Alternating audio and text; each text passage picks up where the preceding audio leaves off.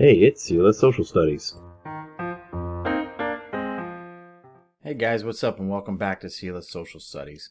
Today we're going to be talking about a new president of the United States, one of the more controversial presidents of the United States, and that was Andrew Jackson between the years of 1829 and 1837.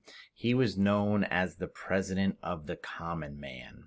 So the effects of the Embargo Act and Non-Intercourse Act changed the landscape of the American economy in the late 1800s. Large-scale factories replaced small workshops in the North, and small family farms gave way to the cotton plantations in the South. The overall wealth in the country was being more concentrated among the few northern merchants and business owners and southern plantation owners. Many ordinary Americans believed that the wealthy were tightening their grip on the power in the United States. The common man was being left out of the emerging economy. People like small frontier farmers, small frontier settlers, and slaveholders backed Andrew Jackson in the election of 1828. The population of the common man grossly outnumbered the population of the wealthy elite, thus giving Jackson the support he would need to win the upcoming presidential election.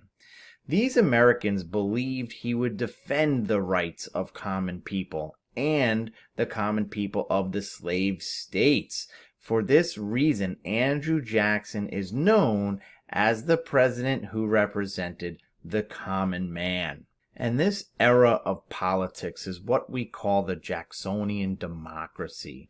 For the first time, political parties held nominating conventions, which allowed party members, not just leaders, to select their candidates. This allowed more of the common farmers, settlers, and slaveholders to have more of an impact on who would be the leader of their party. This type of democracy spread wildly in the early 1800s as more and more people became active in politics. The birth of the modern-day Democratic Party can be traced back to this era. With help from people like Martin Van Buren, democratic reforms made voting reforms possible. This period, known today as the Jacksonian Democracy, saw suffrage or voting rights for more white men. Also, many states lowered or eliminated the property ownership requirement for men to be eligible to vote. If you remember when I talked about the beginning of our country, I said it was settled and ran by rich, white, landowning dudes. Now Andrew Jackson is trying to eliminate a couple of those things. He's trying to eliminate the rich part of it. You don't have to be part of the wealthy elite to have suffrage or be able to vote. You don't have to own a large parcel of land. You can own a smaller parcel of land and have more say in the government. So this brings us to the election of 1828. And the election of 1828 pitted the Democratic nominee, Andrew Jackson, against the Republican John Quincy Adams. The common man supporters, who were now able to vote because of these reforms, gave birth to the modern-day Democratic Party, while supporters of Adams were called National Republicans. Jackson picked controversial figure John C. Calhoun from South Carolina to be his vice president. If you don't know who he is, look him up. He's got a pretty awesome hairdo.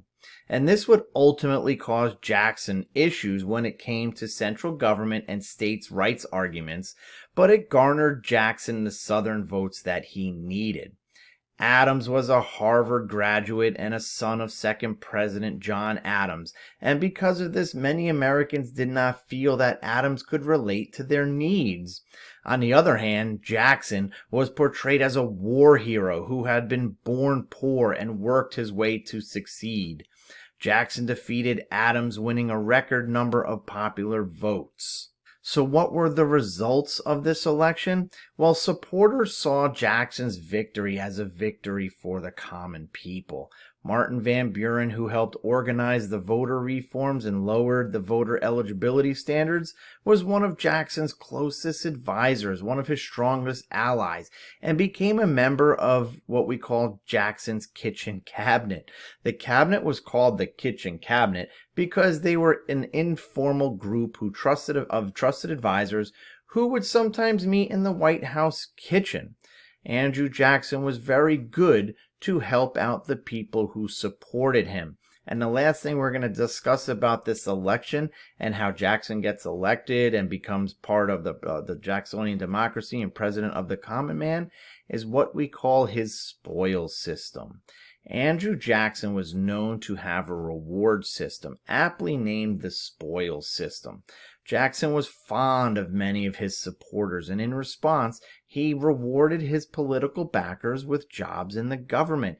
He truly believed that to the victor belong the spoils of his enemy. So Andrew Jackson, the Jacksonian Democracy, a very controversial figure, and we're going to go into why coming up in the next section or two. But he was the president that they said was for the common man, eliminating a lot of those voting restrictions that you had to be a rich, white, landowning dude to be able to participate in government. Thanks to Van Buren and Jackson, many, many more people, like the common people of the United States, were able to participate in deciding who they wanted to lead their country. I'll see you next time.